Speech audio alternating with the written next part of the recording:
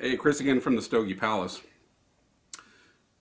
In today's episode of the random stuff category, I'm going to talk a little bit about a federal court case, or as I like to subtitle it, I fought the law and I won. So, I work for the U.S. government. I have less First Amendment rights than most people. That may surprise you, but it's the truth.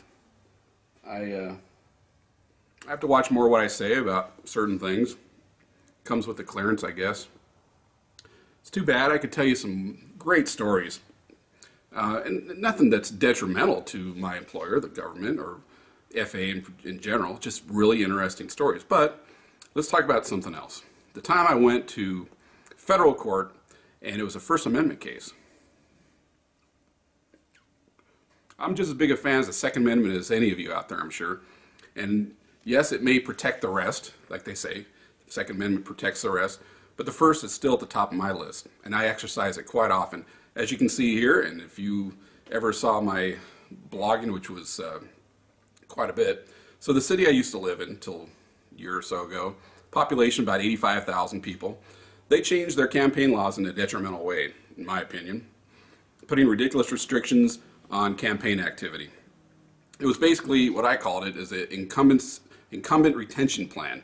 Made sure the people that were in office, it was very difficult to get them out of office, no matter how rotten they were.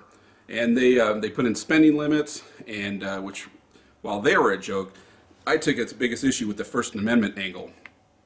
If you want to do the simplest thing as having a campaign sign, for instance, let's say you wanted to make some for a candidate. Somewhere on that campaign sign, you had to put all kinds of ridiculous information. Not just on file with the city clerk, but actually on the literature, postcard, mailer, campaign sign in your yard, a yard sign I'm talking about. You'd have to put it on there too. On the sign you'd have to denote who paid for it, how much it cost, etc., etc. Okay, right now you're probably saying, okay, well, you know, transparency, which I'm all for it, 100%. Transparency is a great thing. I've used it as a hammer over a lot of candidates and elected officials. But this has nothing to do with transparency. Imagine if you're going to make these signs for a friend who's running for something. And you go to a printer or a designer, and you have to put on there, you have to tell them to include this information you probably don't have yet. You don't know how many you're going to make. You may make a first run of 100 or 200. You may make a second run of more. You may spend some now. You may spend some later. And there are places in the ordinance, the law, and this is not just for my city, it's for a lot of places, where you write down or you give them the information, how much you spent, when you spent it, all kinds of stuff. It's not, there's no, nobody's trying to hide anything. At least nobody I know. Definitely not me. I know I'm a loudmouth and I'm under a microscope for being that loudmouth, and so I'm very careful about showing everything. I'm an open book. Look at this freaking video, all these videos, all my blogging, my podcasting. I've been on TV, I've been on radio, and so I'm an open book, like I said. So what they asked for was not a limitation of speech, it was forced speech, which is just as bad, and it's still a First Amendment issue.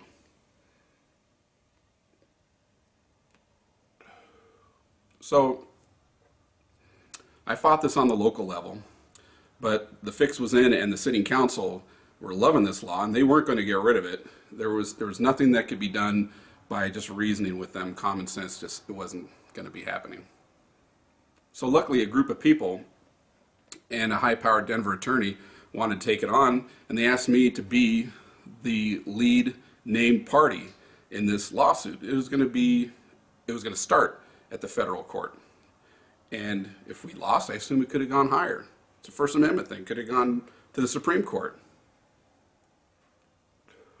So the risk for me was, if we lost, I was going to be liable, along with the other 5 people that were on it. We were going to be liable for all the costs, which would have been $100,000, $200,000. So we were on the hook for that. If we won, we got nothing monetarily. We just got them to change the law. Now, this group of people were fairly big name people in the community, former mayors, pretty powerful people, there was some business owners, there was the president of the real estate association. I agreed to join the lawsuit, but I didn't want to be the lead plaintiff.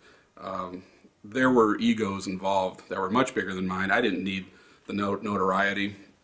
So like I said, my part of the lawsuit, and everybody had a different part of the lawsuit, different things they were going after, spending limits like that. Mine had to do with the First Amendment implications. Some people didn't like the dollar limits, some people didn't like the reporting requirements. I knew going in that, like I said, if we lost, we would be on the hook for it. So in the court, the city hired this big hotshot legal team. And they probably thought, you know, they had our goose cooked. And they were trying to be pretty intimidating, but I had a pretty good time up there on the stand, I gotta say. My part of the lawsuit was pretty easy to explain to the judge and defend against some of the attacks by their legal team. I mean, at times I even saw the city attorney over there kind of chuckling at some of our responses because it was ridiculous that we were even having this conversation. It was a no-brainer. And my part was pretty easy to win. It was the rest of it, they wanted a whole package win, not just my part. They wanted to overturn the whole thing. So at the same time that this was going on, there was also an election, coincidentally.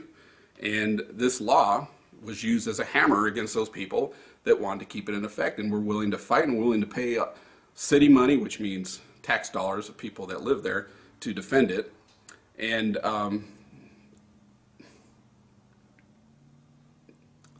happy to say that those people that were elected officials that were running for election, that were defending it, all got their asses kicked.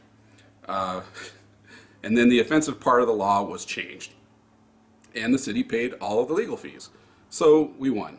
I moved from that city, and I don't have any doubt that the cockroaches that brought this on and their underlings that live in the city, it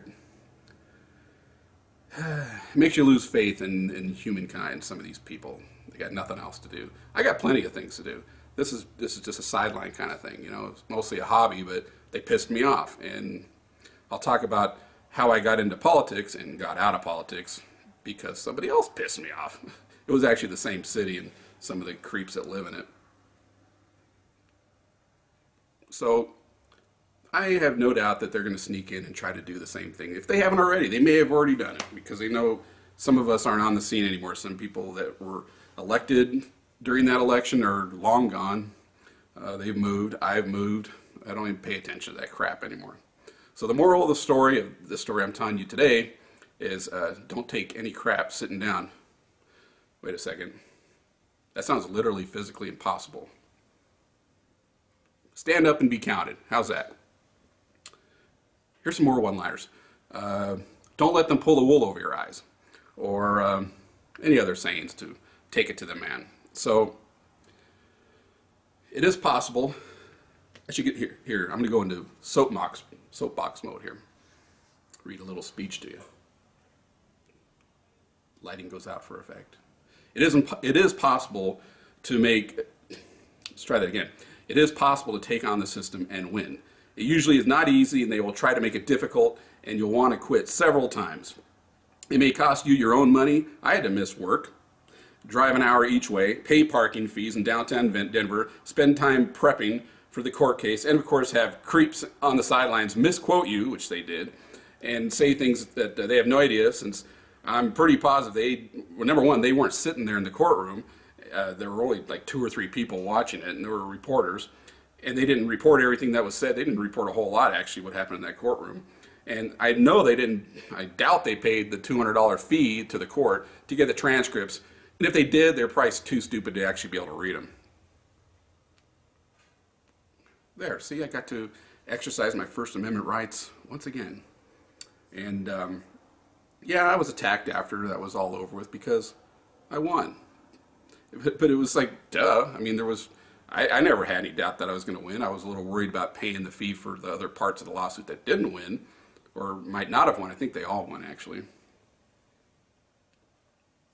So, yeah, you don't want to get between the First Amendment and me. It doesn't work out too well. It'll make for a very bad day for somebody. And this time it went all the way to the federal court, and it could have gone all the way to the United States Supreme Court if need be, but luckily didn't have to go that far. So that was my little story about the time I fought the law And I won all the way to federal court, which was an intimidating experience, I gotta tell you. You lawyers out there, and some of you watching, I know you are, federal court, it's something else. I mean, I just wanted to take a picture of it because it was so cool. I mean, it's downtown Denver. It wasn't like, you know, going to Supreme Court, but it was still a pretty imposing place.